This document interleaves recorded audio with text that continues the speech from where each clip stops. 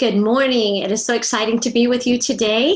I am equally thrilled with this topic that I have to bring to you on essential oils.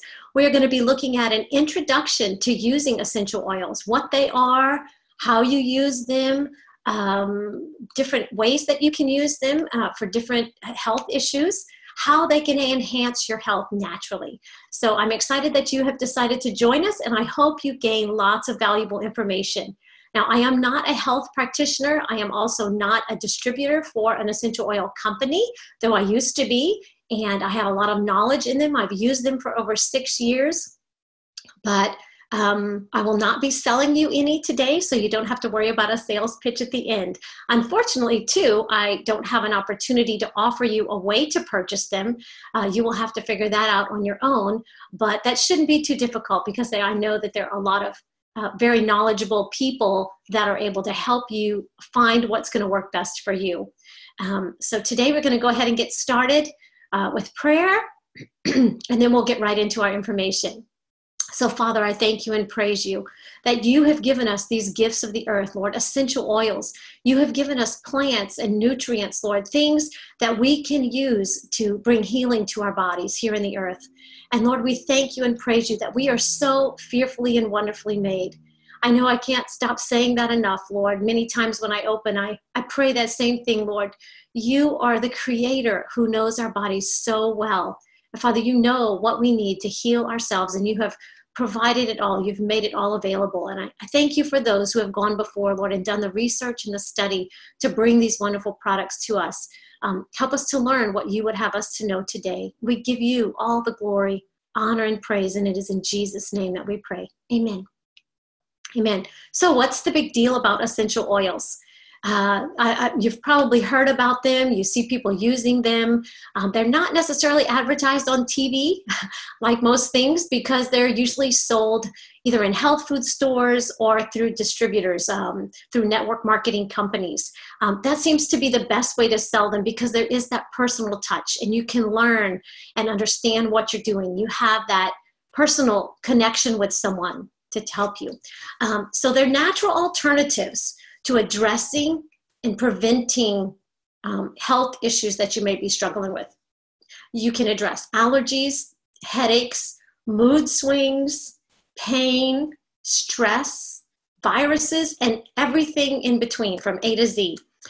There's probably an oil to address some issue that you have. And if not to heal it, then to at least give relief. A number of people, many millions of people are finding relief through essential oils. And there's a lot to them. So we're going to look at some of those things today. And this call is going to be packed with lots of great information for you. Now, as I said, I'm not trained in the medical field. I've been working with essential oils for 6 years. I've seen many wonderful benefits in my life and in my family's life. I'm so thankful. I truly consider them a gift. And I am grateful for the woman who just reached out to me to share them. If you are interested, if you have health issues, I would highly encourage you to check with a doctor if you take medicines. Some of them are said to enhance the absorption of your medicine, so they could make your medicines work more effectively, which means that you might have to take a lesser dose. So you need to be aware if you are on medication. I know high blood pressure is another thing that can be sensitive to the essential oils. So you need to use caution, and you need to be under the care of some medical profession. Now, regular doctors don't usually know about oils unless somebody's taken the time and they've been open to learn about them. But your functional practitioners, holistic doctors, aromatherapists would have more information. Now, like a massage therapist might know some about them, but they won't know about the medical side of things. So just to be cautious, you want to make sure that you don't do anything that's going to harm you in another way. It gets complicated when you're involved with pharmaceuticals. Okay, so an overview of what essential oils are. We're going to look at how to choose the right company. We're going to look at 3 main ways to use the oils and best practices and cautions. We're also going to look at different oils, which ones can support your weight loss, exercise, and detox efforts, because that's mainly what our focus is here, is healthy body, weight loss, exercising, helping with those cravings. So are there essential oils that can address these? Yes, there are. And we're going to talk about those toward the end of the class. So you have to stay with me the whole time. Okay. Now the essential oils, I don't want to make light of it, but I'm going to compare to Christianity. Just like Christianity is simple, and the simplest mind can understand if they are open to the fact that Jesus Christ died for our sins on the cross. It's very easy to come to the Lord. You don't have to understand the whole Bible. You don't have to understand the Old and New Testament or covenants or all of that stuff to become a child of God. It's very simple. Recognize that you are a sinner, that you need a Savior. Jesus died for your sins, and accept that, and you become a Christian. But as we know, that's just the first step. So there's a lifelong learning and into eternity to understand the intricacies and the complexity of God and who he is and what he's done for us on the cross. There's levels and layers of learning. And it's the same with essential oils. All you have to know is, this is peppermint, and it works well to help with a headache. Or if I'm feeling sluggish, I can use it. If I have aches and pains, I can use it to freshen my breath. There's a lot of different things I can use. I can use it for digestion, but I don't have to understand the chemical compounds and how the oils were processed to be able to open this bottle and use it. So just like Christianity, you can start simple, but yet there's a whole field that you can go into if you want to get really detailed and real knowledgeable about it. Maturity and knowledge come with time. So today is just your introduction to help you understand what they are and how to use them. So you can just open that bottle and get relief. You don't have to understand everything to use them. So as with essential oils, it can get very scientific and complicated. Okay, I think I just said that. Okay, next part, intro. Essential oils have been around for centuries. They were used in many cultures. They're plant-based, and many cultures have found them useful for lots of different things. In fact, in the Bible, there are over 200 references to plants being used. And you might see that as oils, incense, ointments, and aromatics. They've been used for anointing as well as medicinally. And of course, in burial preparation for the body. Remember how they brought all the spices, 70 pounds, I think, of spices that they brought to prepare Jesus's body. 70 pounds, what was that? What was that 70 pounds? It was all the spices and myrrhs and aloes that they used to prepare the body. And some of them that are mentioned are cedar wood, fir, those of course come from trees, cinnamon, which is a bark, frankincense, which is the sap that comes out of a tree, myrrh, sandalwood, hyssop, juniper, and spikenard. Have you heard of any of those from the Bible? Those are essential oils. So how did essential oils come about today? I mean, when you were growing up, you never heard of essential oils. So let's go back to the recent past, in the 1900s. In 1947, a French chemist named René Maurice Gattefosse, Gattefosse, he was experimenting with lavender. He had this big vat of lavender oil that he was working with and experimenting with just to discover what could be the use of it. And he got a really bad chemical burn. Now, this chemical burn would not have stopped. There was nothing really that he knew to stop the burn. It was just going to continue eating his skin.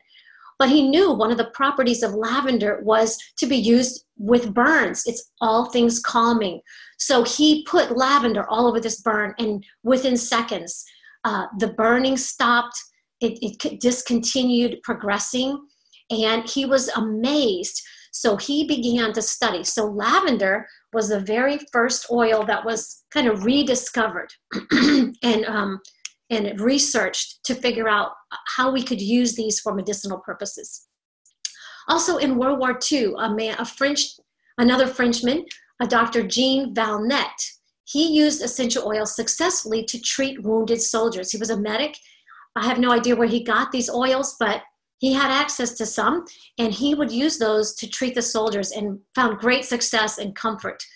So after the war, he led the development of modern aromatherapy practices.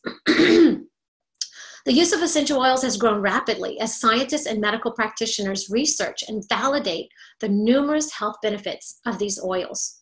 Today, essential oil popularity is on the rise as a growing trend in the holistic and naturopathic arena. People are looking for more natural solutions to health issues, things that will help them and not harm them, like even over-the-counter products. And today, the main uses today are for healing, prevention, mood enhancement, so to calm, to restore, to uplift, just about every mood. They're coming out with more and more oils that are specific to, like elevation and comfort and grief and all the different gamut of emotions that we have. There are oils that you can get, usually blends, and we'll talk about what a blend is compared to a single oil later. You can also use them to increase your energy level, pain, to address pain issues like headaches and muscle aches and pains. What else? Tooth pain, lots of different pains.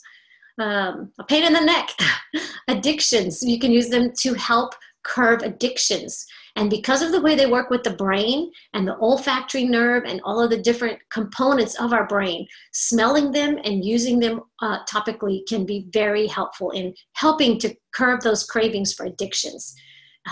Mental clarity, you can use them for focus and mental clarity, detoxing, and basically all the body systems, you can use them for different things. So what are essential oils? What does it come from? My mom, sometimes when we use them with her, she's like, oh, I don't want to get it. It's going to stain my clothes. It is not an oil like a coconut oil or a greasy oil that is going to leave a residue. Okay. It is a chemical compound that comes from a plant. Now it can be harvested from the leaves. It can come from the bark. It can come from the stems, the roots, the flowers, or the fruit. So it can come from all of those different, and it can even come from sap. So frankincense comes from a sap. So just to give an example, when they harvest frankincense, they cut a limb off of the tree and the sap oozes out and it becomes hardened. So they take those, what they call tears, frankincense tears, and they take those and then they grind them down and then they make the oil out of the sap. But as you can tell, to get the frankincense, they have to destroy a part of the tree. They have to cut off a limb of the tree. So eventually, if you continue harvesting, you're going to kill the tree. So they're continually planting a new frankincense trees so that they can continue to have this oil. It's so precious. But that's why frankincense is one of the most expensive oils, because it's not like a lavender that you can just plant a bunch and then harvest it, and every year you plant more. It actually comes from the tree. Some come from wood pulp. I know cedar wood is really good.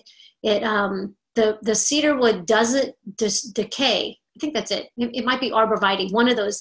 The wood doesn't decay, so they take the pulp, and it's from the pulp that they are able to recycle that and get the oil out of it. And because it doesn't decay, it's really good for fighting bugs like bed bugs and things like that, because the bugs don't like it. They don't eat it. So it's just amazing. It's very interesting when you look at all of this and the chemical structures and the people who are looking at the oils to try to find what oils are going to have the different purposes. They look at each part of the plant or the tree. Is it the needles of a pine tree that are going to help? Is it the pine cone, like in fir? What is going to have the chemical properties that they want? So is it pinene or monoterpenes or the different components like that? So I'll go into that a little more later, but it's just amazing. Now, essential oils do not contain vitamins or minerals or essential fatty acids, okay? They don't contain hormones either. So they are basically the oil from the tree. They're like hydrogen, oxygen, and nitrogen, I think. I forget, don't quote me on that, but there's like 3 components that they have, but they're not vitamins or minerals. They don't nourish your body in that way. they are highly concentrated. So here's my peppermint oil. 1 drop of peppermint oil is equal to the medicinal value of 28 cups of peppermint tea. Yes, I said that right. 1 drop of pure peppermint oil is equivalent to 28 cups of peppermint tea. And I got that information from one of the owners of the company that I used to work with. It was in the documentation that I was reading. That means it's 50 to 70 times more potent than dry herbs. So that's pretty potent.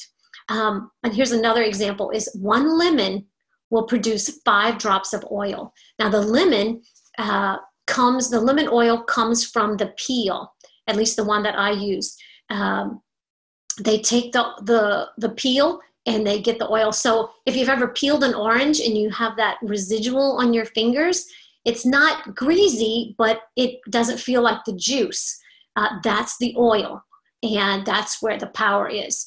So it's important that you get oils that come from a place where they don't have contaminants and chemicals on them.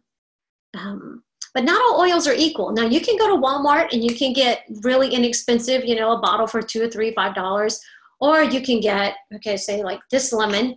This is come from a network marketing company, and it's one of the cheaper ones. It sells for $10. There are basically 250 drops in the bottle, and I know that what's in this bottle is going to be safe and pure because this company tests. They do a lot of testing. So that's why not all oils are equal. Depends on the quality of the oils, where they come from. Do they have any fillers in them? Do they have any synthetics in them? So basically there are 4 grades of essential oils.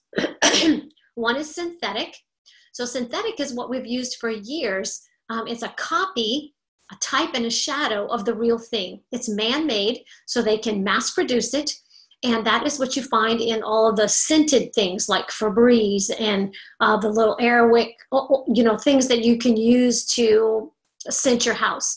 They put them in candles. They put them in all kind of scented things, lotions and facial products. So those are usually synthetic. That's why they're less expensive.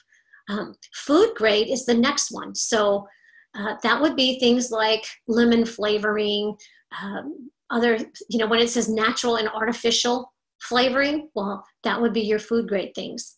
And they're for flavoring, okay? So they're not going to have any effect on helping you feel better. Ginger and chamomile also are examples of food grade that you might get chamomile tea, right? So also the third one is aromatic. We talked about that a little bit with the scented things, and then therapeutic. Aromatic could be natural oils that you would find that you can use for the aroma. They don't have any therapeutic value, but they are good for the aroma. So that would probably be what I would consider maybe the ones you get at, at any store that are inexpensive, just the ones that are sold kind of inexpensively. The 4th grade is the therapeutic. Now, those are the ones we're focusing on today.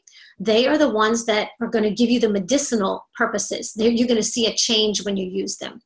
Okay, how to choose the best brand. You want to look for a company that is certified pure and offers a therapeutic grade oil. Now, that is not something that's real easy to come by, that information. Sometimes you have to do a little digging. You have to talk to people. It takes a good bit of research. But we can know by, what is it? We call it like third-party validation. So like, what are other people saying? You're finding lots and lots of people who are using it, saying it's helpful, saying it's wonderful. That validation, that social proof, that's the word I was looking for, social proof, that is going to tell you a lot. So if there's a lot of other people using it and finding benefit from it, that's helpful. Then you look at the company, the integrity of the company. What can you find out about that company? What are their standards in testing? Do they do a lot of testing to validate that these products are pure, that they're potent, and that they're consistent? Those are the 3 things that are important. Purity, you don't want them with toxins. You don't want them coming from places where they use a lot of chemicals and pesticides. You want them to be potent. So you want them to use the highest quality of the products that they're getting them from, the flowers or the fruit. You want them to be picked at the right time. And consistency, you want every bottle to be the same. So if you buy a bottle now and you get good results, the next bottle you buy should give you the same results. They should be able to show you. There should be some way that you can find out how they test the oils and what they look for. Companies that source their oils in the area where they are grown indigenously is also very important. Now, what does that mean to you?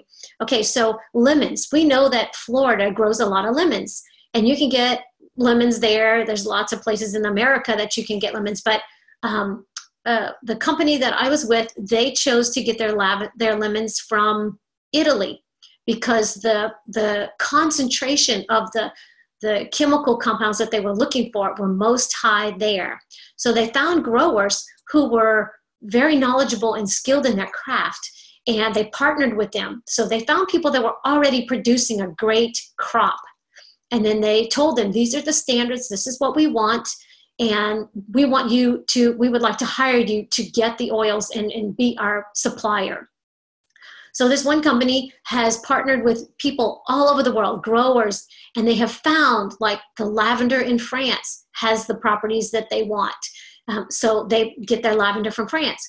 Another company that my sisters are with, another well-known company, I'll tell you the names of those at the end, but they grow all of their stuff in Utah. So they have lavender fields and they have lemon, and they grow most of the product for their oils. They control it, they're there with it, they're watching it, but then again, it's not grown indigenously where it would be. I mean, it's all grown in the same soil. So I'm sure that they take care to fertilize and give those plants the nutrients that they need. So there's just different ways of looking at it. I'm not saying one is better than the other, but something to consider if that's something that's important to you.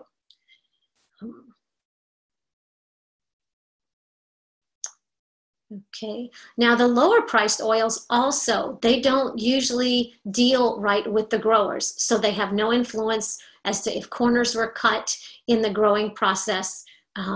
They have no say in what is actually happening in the growing and the harvesting process. They buy them from a middleman, and sometimes, see, there's like olive oil has your extra virgin olive oil, and then you have your regular oil, and then you have your light. Well, that's called a pressing. So the first pressing is the extra virgin. It's the strongest and most potent. And then you will have another pressing where you get like a medium grade. And then you have the third pressing, which is going to give you the light one. So it doesn't have as much of the flavor or the aroma or the richness of that first pressing. So the same with essential oils. When they have these products, you know, have you ever made tea? I did this the other day. You make tea, and right when you put the hot water in, it's really dark. And if you let it steep for a little while, you pour that out, and you can add more water and you'll get more tea, but it won't be as concentrated. So these lesser concentrations are often the ones that are sold to companies that are charging less. They paid less for it. They can offer it at a cheaper price. So that is another reason why they would have lower price point on those, because it's a lower quality. Again, you can use it for aromatherapy or things like that, but it's not going to give you those great results that you're looking for if you're using these for medicinal purposes. I think I said all of that already. Keep going. Okay, the distillation process, how the oils are extracted from the plants matter. The temperatures, the processing of them once they're extracted, all of these things are very important and will affect the quality of the oils. So how do they work? Because the oil molecules are so small, they're able to penetrate the skin and to get into the bloodstream within seconds. They work with the body's communication system to call attention to areas that need immediate help, and then send whatever help is needed. So if the body needs to repair, if it needs to heal, if it needs to release a hormone, which is very important in the stress-reducing ones, that's how they work. They call attention. They help. They put a spotlight on what it is that needs to be addressed. it's really amazing how God made our bodies and how they can respond like this. And, again, you don't have to understand it to experience it. If you have a situation, my first product was with a muscle rub. And so the woman asked me, she's like, do you have any tension or pain? And I was like, yeah, I have a spot back here that bothers me. So she gave me a little bit of oil, and I'm going to show you how I use that. It's a lotion, so you can put the oils in a lotion. And I just took a little bit and rubbed it on the back of my neck right here.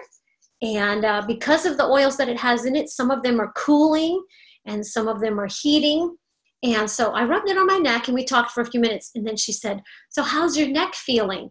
And I said, wow, it doesn't hurt as much anymore. And so she hooked me. So I went to her class and learned about the oils and have used them so many times since then. I'm very thankful for that. But I saw immediate results.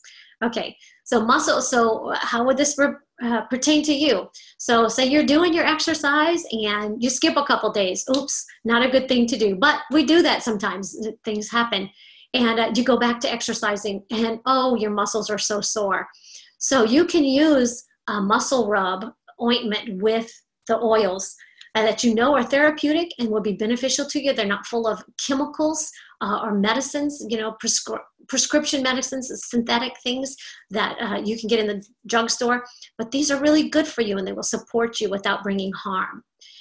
So you put those on when you have muscle aches and pains, and they will help to soothe and heal your muscles. Oils that are really good for muscles are wintergreen, camphor, peppermint, blue tansy, among others. So wintergreen, camphor, peppermint, blue tansy.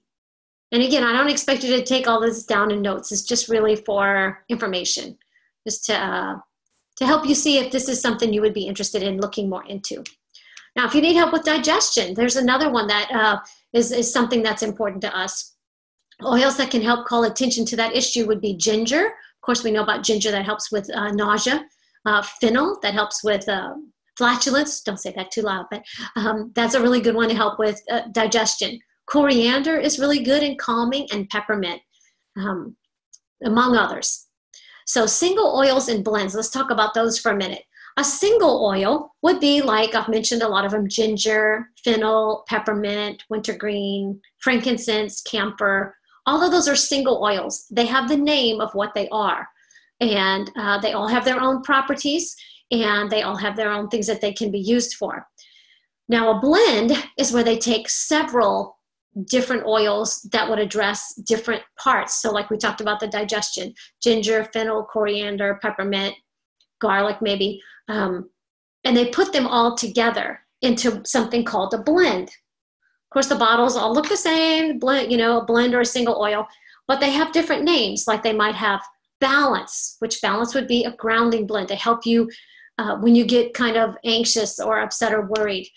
It's got several different oils that will address several different emotions, whether you're stressed or nervous or fearful or anxious. It will help to calm you down. So the blends can address many different situations all at once. If you use a digestive blend, which is one of my favorite, I've had digestive issues. This DigestZen is really powerful because I don't have to worry, okay, now which digestive issue do I have? I just rub a little bit of this on, and it takes care of whatever the issue is because it has all the oils that would address all of the digestive things. So a blend is more powerful than a single oil, but it will be more expensive because some of the oils in there are more pricey, but they're fun. Another way that you can use the essential oils is by layering them. And we're going to talk a little bit more about that when we get into the 3 ways to use them, which is our next topic. The first way to use essential oils is aromatically. So aromatically, when we use them aromatically to purify the air, so to clean impurities out of the air, to affect our mood, and to open our airways. So if you're having trouble breathing, you can use it aromatically. So let's talk about that. Direct inhalation. Okay, so here is the one for being able to breathe. So if your nose is all stopped up, say you're having an asthma attack. I've heard this story several times. One time a lady had some kids at her house and they were playing out in the yard and one of them had an asthma attack. She quickly grabbed her blend that is for breathing And she put a drop in his hands. Just one drop is all you need. Rub it together. And you want to cup your hands over your nose like this. And you breathe in very deeply. And then you do it again. And it opens up immediately. You can feel your nasal passages opening up. So, and then you can take the rest and just rub it on your body, okay?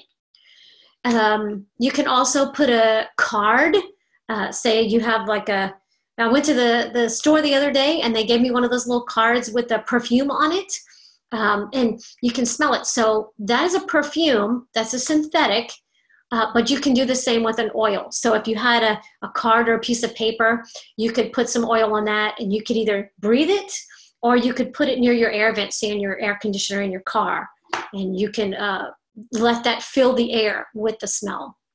You could smell it right from the bottle. So I could just do this right here. Just, if I don't want to get it on my hands, just smell it right out of the bottle. And that works. Depending on, of course, what you're using it for. You want to tailor it to what the issue is you're trying to address. Diffusing it. Here I have a diffuser. You can see right here. And it is putting out a smoke. Let me see if you can see that. You see that smoke there? So this is one of our diffusers. There are different kinds of diffusers. So one kind of diffuser is called an atomizer. Now an atomizer, you take the bottle and put it right up to the diffuser. You just hook it on and there's no water involved. So the atomizer diffusers are more expensive. They're like $75 to $100. And you will use more oil. So you want to make sure you don't just hook up a whole bottle of, $30 oil and just let it run, because it will just use up the whole bottle. It is more concentrated, and a lot of people like those better, but you do have to be more careful. You are going to use a lot more oil. So that does make using it aromatically more effective. This is a vaporizer, and it kind of works like a humidifier or vaporizer that you would use when you're sick. It's the most common. You can buy them from $25 to $75 to $100. It does use water in them, so you put water in them, and you want to make sure you use tap water, not purified or distilled water, because it needs the minerals that are in the water to work with the little vaporizer thing that diffuses the oils into the air. You use like 5 to 7 drops or 10 drops at the most in a cup or so of water. And then it just sprays it out into the air. And usually, depending on the diffuser, it can cover a good size, let's see, maybe like a 15 by 20 square foot area. Depending on, you can look at them and see what each one offers. Okay, so that's aromatically. You want to use it again for purifying the air, affecting mood, and for breathing. Topically, okay, that's my favorite way to use them. I find it more efficient, and I think you're going to get better use. I could put 8 to 10 drops in my diffuser, and it's going to affect the whole room. So if there's other people in the room and you want to just have a pleasant mood and diffuse, purify the air, that's great for that. But if you want to address something specifically in your body, that's kind of indirect. So direct would be topically. You want to use that for pain relief, antiseptic, and organ support. Now, how you can use that is you rub it on. Just like I put some of the muscle rub on my neck, I can feel that it's nice and cool right now. If you're out and it's really hot day, one day we were sitting at a fair and it was really hot that day and everybody was sweating. And I just took some peppermint and put on the back of my neck. And then I would put my hands on it, and my hands just felt cold. It was like putting ice on my neck. And if somebody's starting to get heat stroke or something, that's a great way to do it. So you just rub it right on your body. You want to get it closest to the area where you're having an issue. So if I'm having stomach issues, I rub it right on my stomach. If I'm having a headache, I put it right here on my temples, my forehead, or the back of my neck. Make sure that you're using pure oils too if you're using them for therapeutic issues. If you're having an earache, that's a really good point. You never want to put it in your ears. Like, I'm not going to take this oil and drop it into my ears like that. Never, never do that. They are way too powerful for that. You want to take like a little piece of cotton, put a drop on the cotton, rub it around the back of the ear and the front of the ear, and then just put the cotton in your ear. And there are different ones that you can use for that. Basil is a good go-to for me, and frankincense is great for earaches. Headaches, there's a blend we use for headaches, but there are also other single oils that you can use for headaches. You can put oils on the back of your neck. Now, why would you want to put them there? Because that's where your spinal cord is, and it's going to go right into your spine. So if you're addressing anything that's has to do with your brain, or you want it to go down into your extremities, the spine is really good. If you're having a headache and the smell is bothering you, you can put them on the lower part of your spine, like down near your waist. I do that sometimes. It's like the one for headaches is really strong. And if I have a headache, it kind of makes me, have an upset stomach. I'm more sensitive to smell. So I put it lower down on my spine. Bottom of the feet, that is an excellent place to put it. And when you put it on the bottom of your feet, there are, I don't know, I heard like 20,000 or 30,000 pores. Who counts them? I don't know. But there are a lot of pores on the bottom of your feet, and the oils go right in. Even though your skin is real thick there, the oils penetrate because remember, the molecules are very small. They're absorbed quickly into the bloodstream and are dispersed through the bloodstream to get to the areas. And I don't know how they know. They're just intuitive. They just know where to go and what to do. Amazing how it works. One thing that a lot of people like to put on the bottom of their feet is if you snore. If you know someone who snores, and you get a respiratory blend, you can put that on the bottom of your feet before you go to sleep, up near the toes, and it will help you to be able to breathe without snoring. It's been I've had a lot of testimonies of people who said, I did not think that would work, but it did. And so it's great to help open up those air passages. Also, another thing that you need to look at when you're using oils is what is the, how do I call it? Sensitivity of the oils. Now, a neat oil is one that you can just use without having to worry about it being too sensitive to your skin, or like hot peppers. You think of hot peppers, you have, like your mild hot peppers. You can cut a mild hot pepper with your hands and you don't have to worry about it burning. But if you cut a habanero and you don't have gloves on and you get it on your hands, it's going to burn. And if you rub your eyes, it's going to burn your eyes. So the heat is something important to consider. Now, that would come from the company that you're using. They would probably give you a chart or supply you with something that you can tell which ones are neat and which ones are sensitive. Excuse me 1 second. Just want to silence my phone there. I forgot to do that. So neat means that you don't need any carrier oil with it. Well, lavender is a great one for that. Looking for my lavender. Lavender is a great one. You can use it for anything. It's all things calming, so it's not going to cause some, rash or irritation on your skin. Some that you would want to not use without using a carrier oil would be cinnamon, cassia, thyme, oregano. Those are very potent and strong oils, and they will cause burning.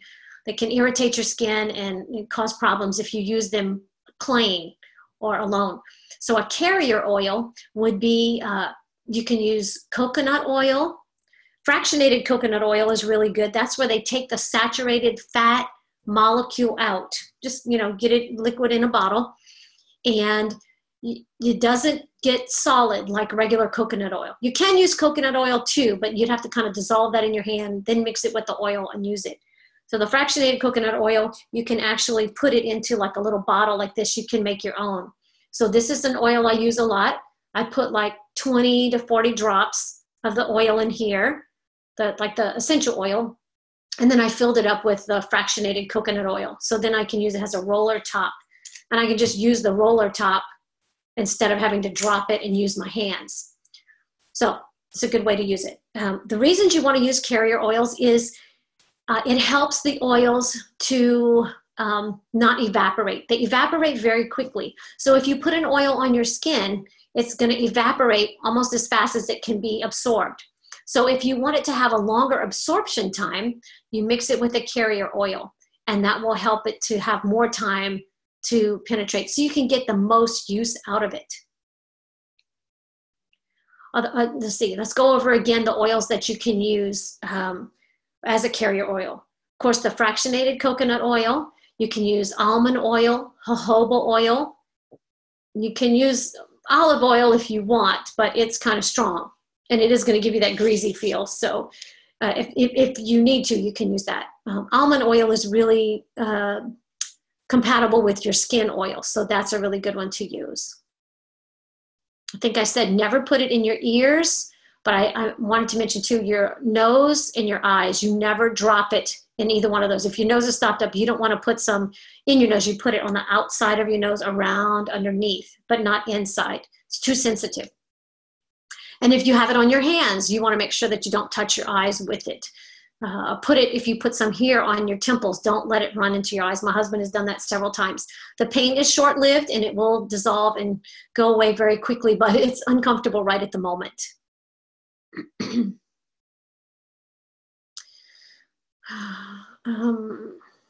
If you want to increase the usefulness or the power of the oils, massage is really good. So like when I rubbed it on my neck, you can just massage that area, just keep rubbing it in, kind of like driving it farther in. You can also use heat. If I wanted to put a hot compress on here, one of those rice bags, that would be really beneficial as well. You can use moisture, so a warm, moist compress, like you can put like a wet rag wrapped in saran wrap on top of that, and then a heating pad on top of that if you want, depending on what your issue is. If you have like severe knee pain or some injury, that would be a great way to help drive those oils deeper in so that you get the most benefit from them. Let's move over to cautions. So precautions with the oils, yes, they are powerful as we talked about. Special care is needed. If you're using them with children, especially babies, be very, very careful in using oils with babies. I mean, like lavender would be one of the few that you would want to use with them. And sometimes clove, if you want to use it for their gums when they're teething, but it has to be way diluted, like 1 drop to a tablespoon. Just their systems are so small, you don't want to overwhelm them. Small pets as well. Lavender is a really good one to use on the bottoms of the paws of a dog. So you have people that come over to your house and they're always yapping and jumping and they're hyper. People have said if they know someone's coming, they put a drop of lavender on the bottom of the paws, maybe with a little bit of carrier oil, and the dogs are calm.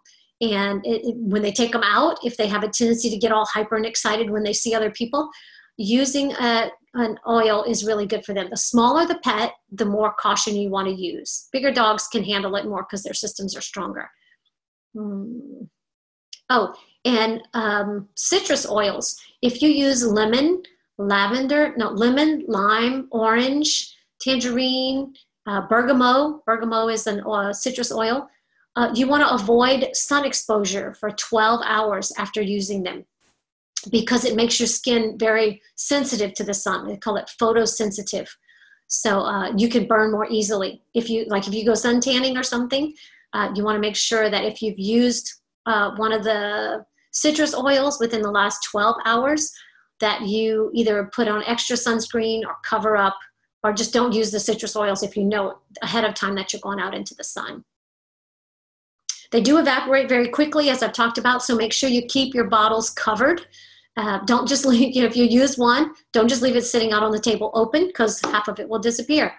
You almost smell nice, but you will lose your oil there. We talked about that, fractionated coconut oil. Okay. It's best to keep the oils out of light, heat, air, and moisture. So keep them covered, and you notice they come in a brown bottle, so a dark bottle. So you don't want to store them in a clear bottle if at all possible. I keep mine in a box like this. Some of them, I keep them in a box so that they are safe and protected from the light. I also read something today in doing this research that I didn't know about, is that if your bottle starts to get empty, you want to transfer it into something smaller because the oxygen in the bottle will kind of work overtime to change the properties.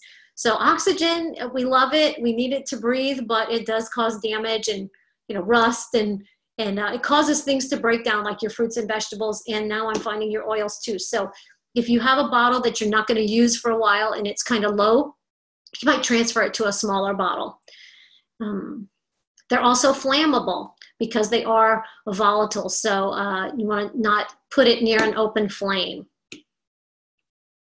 Oh, and don't use citrus oils in a foam cup. If I had a foam cup, I would show you. If I put a drop of oil on a foam cup, it would eat a hole right through the bottom within 10 seconds. So don't use it like if you want to put something in your coffee or your drink, say you have some water and you want to put up some lemon in there. Don't use it with a foam cup or plastic. It will leach. When I first got my oils, I did not know this. And my mom was at my house and I thought, oh, she'll drink more water if I put lemon in it. So I put a couple of drops of lemon. We had these nice little plastic cups with the straw in it. So I just kept refilling them and I'd put a little more lemon in there. And after a few days, I looked in the cup. It was a brand new plastic cup. It was like a hard plastic. And it had ridges all around it, like rings, and it was cloudy. And I thought, what happened to this cup? It was brand new. So in investigating, I found out that the oil was actually dissolving the cup. So make sure that you don't put it in a plastic bottle. You want to use glass. It will not dissolve glass, but it will dissolve plastic. And you don't want to be drinking dissolved plastic, right? Yuck. I'm glad I found that out early. Less, more often. When you use the oils, like we said, they are very potent. That's very important to remember. So you don't want to just bathe yourself in it. When I first got my oils, another issue that I wanted to address was varicose veins. I had a little spot on my leg that I wanted to address. And so I found out that lemongrass was good for that. So morning and night, every day, I was putting lemongrass, 2 or 3 drops, rubbing it in. And it was amazing. The veins were going away. And I was just so impressed. Well, after a week or 2 of using it, my leg broke out in a rash that looked like poison ivy. It itched so bad, I could not believe there was nothing that would make it feel better. And I figured out that, first of all, lemon oil is a sensitive oil, so I should have been using a carrier oil with it, and I used it way too much. So 1 drop at a time, 3 to 5 drops might be okay, depending on what you're dealing with, but you want to use it very sparingly. Sometimes you're trying to get 1 drop out of the bottle and you'll have 3 drops come out. So it's a little hard to control sometimes how much comes out, but less more often. So use 1 or 2 drops if you can and wait 20 minutes. So let's say you have a headache and you put some oil on and within 20 minutes you think, oh, it's not better. It's a little better, but it's not enough. You can use some more. So like after 20 minutes, the oil will have pretty much done its work, like a sparkler. You put the oil on and it goes psss, and it does its work. And then after 20 minutes, you've gotten about all the benefit you're going to get from that visibly. It might still be working in your body, but the majority of the work is done after 20 minutes. So you can put on another drop. So if it's something that's acute and you want to deal with it right away, like every 20 minutes. And then you can reapply it. And you can do that for like 2 to 6 hours. So you don't want to use more than, I think, 24 drops in 24 hours, I think was the ratio that I saw. So keep it under that. It's just really nice to know, how much is too much and how little is too little. If you're getting sick, if you're getting a cold or the flu, there are oils. Many companies have oils that will address cold and flu symptoms because the oils are so, the compounds are so small, they will get right into your cells. They will be able to get right in, penetrate. So like an antibiotic cannot get into the cells to help cure and heal a virus, the essential oils can pass right through the cell wall and get into the cells to kill the virus bacteria. So that's why they're very beneficial. So before I would ever take an antibiotic, I would use my oils to see if I could curb or stop a viral or bacterial infection. We never know which ones they are unless we get tested. But many times the first sign, like my husband said last night, my throat is hurting. So I grabbed my little spray bottle. I made a little handy spray bottle. And there's so many things you can do. You can make your own products with them. So this is a bottle that has 6 drops of the cold and flu blend. and it has 6 drops of lemon oil. Then I filled it up with water. So 6 drops of each, that's not much. Then water, and then I put a drop of stevia in there just to give it a little bit of sweetness. And what you do is you just take it and you just spray your throat like that. Swish around. And then swallow. And it's going to kill all those bacteria in your mouth and down into your throat. If you use those immediately when the first time you swallow and think, something is going on, something's not right, I think I'm getting something. If you can hit them right then, just imagine you have way fewer germs there to fight off. If you wait till you are sneezing and you can't breathe and your throat is killing you, there are millions of germs that you're trying to attack there, and you're probably going to need something stronger than an essential oil. But if you catch it right at first, continue using it until all the symptoms are gone, you can probably ward off many sicknesses. And we've done that many, many, many times. Too many to count. Okay, the third, let's see, one more thing I wanted to talk about was, a dilution ratio. For babies, I mentioned 1 drop to a tablespoon. For children, this would be like elementary age kids, a drop to a teaspoon. And adults, 3 to 6 drops to a teaspoon of oil. That's if it's something that needs to be diluted. And you can make up little balms and salves. So here's one that has frankincense called a magic salve. There's recipes that you can get on Pinterest. There's so much information you can find. But you can make your own little potions for whatever kinds of things you want to address your specific health issues. If you wanted to take a bath with it, you can mix, say, 3 to 10 drops of essential oils with a cup of Epsom salt and put it in your bath. You can make bath bombs. You can add it to bubble bath. But I recommend you add it to something else before you put it in the water. If not, it will just float on the water and evaporate. So mix it in with something that you can put into your water or into your soap or whatever, your liquid soap, and you can use it that way. Okay, the third way, I'm running out of time here. The third way is internally. I'm not going to talk about this one too much. There is some controversy over whether you can use the oils internally. It is difficult, again, to know for sure that it's pure and potent. There's some that are that lend themselves more to using internally. So the one that I used, if you'll see, this has a supplement fact on it. See that little box? It says supplement facts. I hope I'm not having that upside down. Yeah, that's right. Supplement facts, and that tells me that I can take it internally. Now here's one that does not have that little box. See that? Doesn't have a supplement fact on it. So this one is a blend that has things that come from trees that are not to be eaten. So you don't want to eat things that come from trees like cypress, eucalyptus, wintergreen, birch. Never want to use any of those. Most of the blends will not be used for internal purposes. The ones you would want to use for internal purposes would be lemon, lime, oregano, the things we already use for cooking, right? That kind of makes sense. Now here's a great example. This clearing my throat thing I have an issue with that. It can be so annoying to me, and I know other people. I found a remedy with the oils. I take lemon oil, that works for me. Lime works too. And I just rub it on my throat. And it just takes away that need to clear my throat.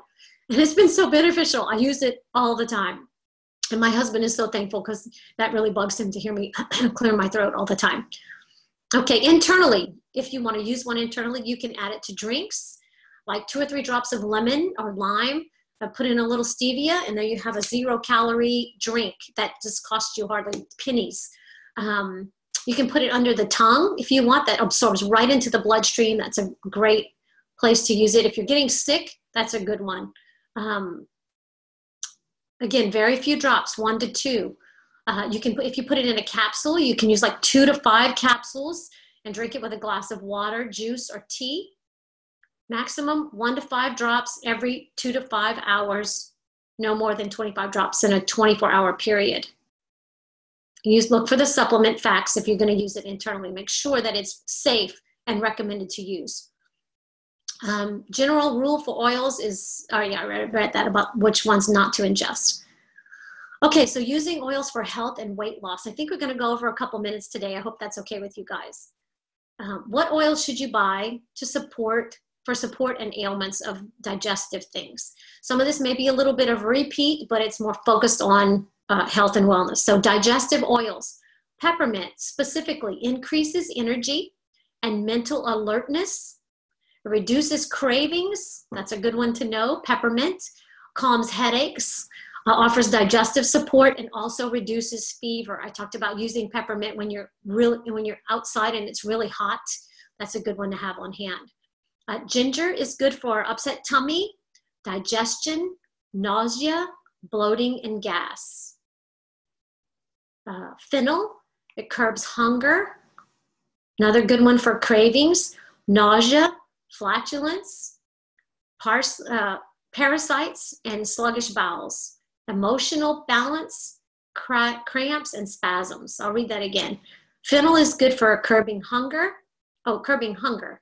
Yeah, so it helps you to feel full. Nausea, flatulence, parasites, sluggish bowels, emotional balance, cramps, and spasms. So fennel's good. I like to eat fennel too. That's a fun thing. It's kind of a cross between an onion and a potato. It's more like an onion, a mild onion. I like it. Lemon. Lemon, lavender, and peppermint are your top three. They are useful for so many things because of the properties that they have. You can use it for heartburn, reduced stress, elevates your mood. So heartburn, reduced stress, elevates your mood, natural antioxidant and detoxifier. It's really good. And you can use that internally. Removes heavy metals. It resets your fat cells, increases white blood cells, which are the ones that fight off germs and viruses, those bad bugs. It elevates mood, reduces stress and fatigue, helps balance acidity levels. So you think it would be acidic but it's the peel. The peel has a different consistency than the juice. So it helps balance acidity levels, encourages elimination. It's a cleanser. Lemon is great. You can use it. You can put it in a spray bottle with some water. You can sanitize your countertops and your cutting boards. It's great for cleaning a lot of things. You can put it in the diffuser to clean and purify the air. Grapefruit. Grapefruit is a really, really good one. That's probably the top one if you are looking to lose weight. It's for detoxing, reduces sugar cravings, helps with weight loss, and cellulite. So cellulite, you can actually rub it on your cellulite with a carrier oil, and it helps with the fat cells. It addresses those. Detoxes, it gets rid of all of the toxic things that are causing the cellulite and the fat cells. Fat cells usually form by surrounding toxic material, and it stores it and it protects your body from it. So we want to detox, get rid of all of that stuff. Grapefruit is a great one. And the company I was with has one that's called Slim and Sassy, and that is their weight loss oil. It is sensitive. It has cinnamon in it, so you want to use it with a carrier oil if you rub it on your tummy, but you can use it and you can take it internally too. The ones that increase energy, if you're looking to increase your energy, wild orange and peppermint. So what I would do with that one, I made actually a roller ball that kind of looked like this, and it had wild orange and peppermint in it. I had a tendency when I was driving sometimes to get real sleepy. And that's not a good thing. You don't want to fall asleep when you're driving, right? So I would have this on hand with the wild orange and peppermint. I would rub it around my nose and put it on the back of my neck and smell it. Do it all, cover all your bases. And within seconds, I was more perky and I didn't have to worry about falling asleep. So I can attribute that to I was busy doing something, but I think it was more than that. I really think the oils helped in that because I wouldn't be tired the rest of the trip. Frankincense is also great for increasing energy. They call frankincense the king of oils, which makes sense is why they gave it to Jesus. It was very valuable for many, many things. It is a heavy hitter. It is one of the few that can pass the blood-brain barrier, so it can actually go into your brain. I've heard that it can reset your DNA. It's great for cancer, tumors, If you have serious issues, frankincense is one that you want to invest in, and use it every day. You can put it on the back of your neck, rub it on your temples. The owner of the doTERRA company, even, he uses it on, he's the chemist, he uses it under his tongue every day. That's the one that comes from the sap of the frankincense tree. So I've tried that a few times, doesn't taste very good. A little concerned about the internal. I do use them now and again internally, but I just rub it on the back of my neck. Hydration. So if you're having trouble with hydration, you know, sometimes we drink water and it doesn't always absorb the way we want it to. Lemon will help it absorb better. It resets the fat cells, just like the grapefruit does, increases your white blood cells, detoxes, and calms your nerves. So lemon is great. Lemon water is a wonderful thing. Put in a drop or two of stevia and you have some lemonade. Joint and muscle. Usually you want to get a blend for that, but you can use peppermint, blue tansy, camphor. Some of these, I don't know if you can even buy them. Blue tansy, I've never heard of that one being sold individually, usually used in a blend. Wintergreen and helichrysum. Helichrysum is another very expensive one, but wonderful. My husband had a cut on his finger and he was able to, a really bad cut, causing him a lot of pain. He came in and blood was gushing, and he had two cuts, a blade of a, what do you call it, those remote control airplanes. He was playing with that and it cut his hand really bad. And I didn't know what to do. I am not a nurse. I would never make a good nurse. But so I grabbed my oils and I purified it with Melaleuca. And then I put the helichrysum on it, and within seconds, the pain stopped. I used it like 3 times, and the bleeding stopped. And then we continued to use it periodically over the next couple of days with the Band-Aid, and he never had to get stitches. It was amazing how it healed it up, and that was what really sold him on the oils. He knew how badly, he has a high tolerance for pain, and it really took care of the pain immediately, and the bleeding stopped, and then it was able to heal up without stitches. So that saved us hundreds by going to the emergency room. It was a Saturday. So yes, the oils are expensive, but they are your emergency aid kit. They don't expire. They will evaporate, like I said, if you leave them open, but they are wonderful. They are great to have on hand, and you never know when you're gonna need them. Stress management, mood, emotional well-being. Lavender, of course, we said, is all things calming, reduces stress, helps you sleep, helps with cuts and burns, sunburns, bug bites. You can use lavender. Frankincense, we talked about that, king of oils. It also detoxes heavy metals. I know I'm giving you so much information, but you can go back and watch the replay, or just having a sense of, yes, this is something I want to look into. Frankincense just does so many things. I can't even list them all. Peppermint, we've talked about that at length. The circulation, opens your airways, mental clarity and focus, increased energy, many, many others. Cooking, favorites to use for cooking. Now, the way I use them in cooking is I love to make salad dressings with lemon, lime, wild orange. You can flavor your yogurt or your oatmeal. You can put a couple drops of peppermint in your brownies. You can flavor your nuts. If you're roasting nuts, you can put like a drop of cinnamon. You want to mix it to the liquid so that it can that it can penetrate more evenly. Apples, when you cut up apples, I put my apples in a bowl of water with 1 to 2 drops of lemon in it to keep them from turning brown. You can put them in your smoothies. Rosemary and basil are great for savory dishes. Lime and coriander. Coriander is like cilantro. You can use that in your guacamole or salsa. And the hot ones like cinnamon, cassia, oregano, I mentioned those before, were hot, and you definitely need to dilute them.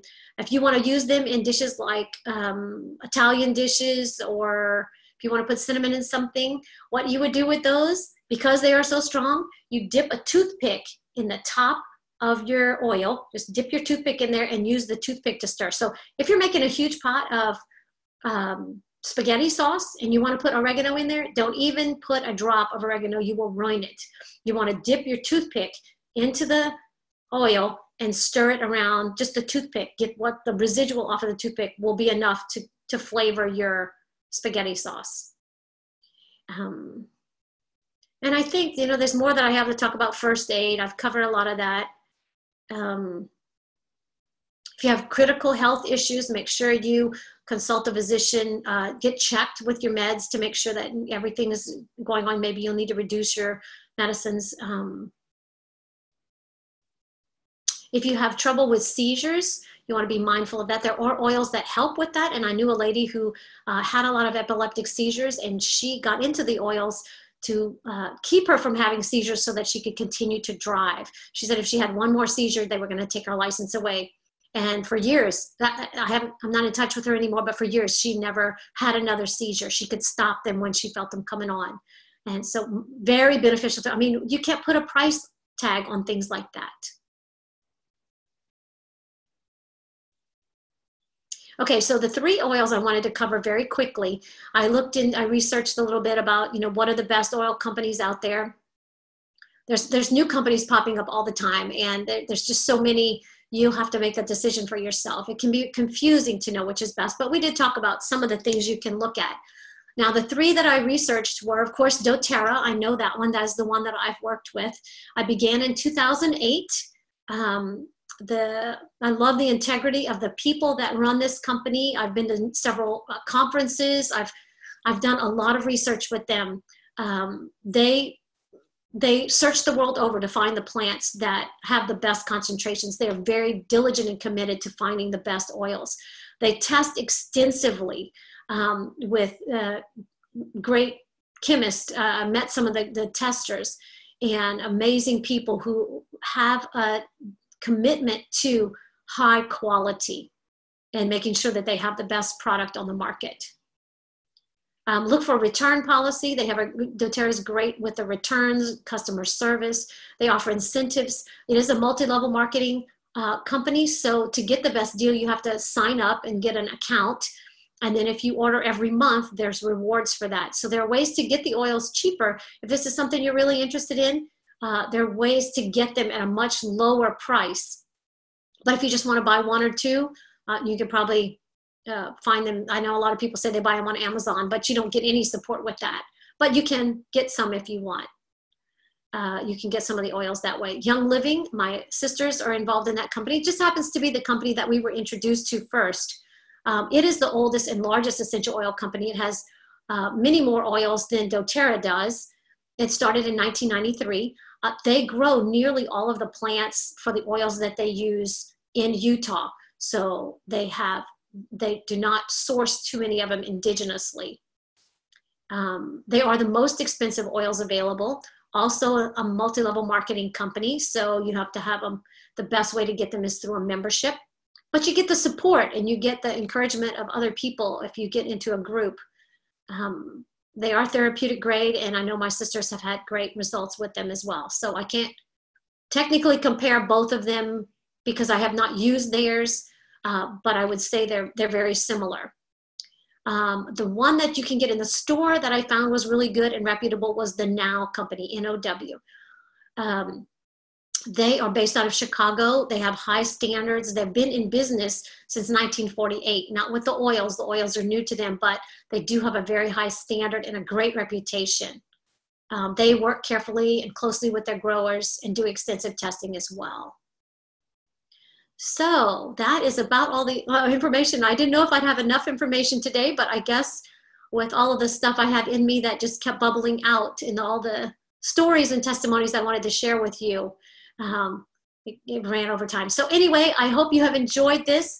I hope you have learned some things, and best of luck to you in your search for using essential oils to replace the things in your medicine cabinet so that you can enjoy the benefits of these beautiful gifts that God has given us. Have a great day. Bye-bye.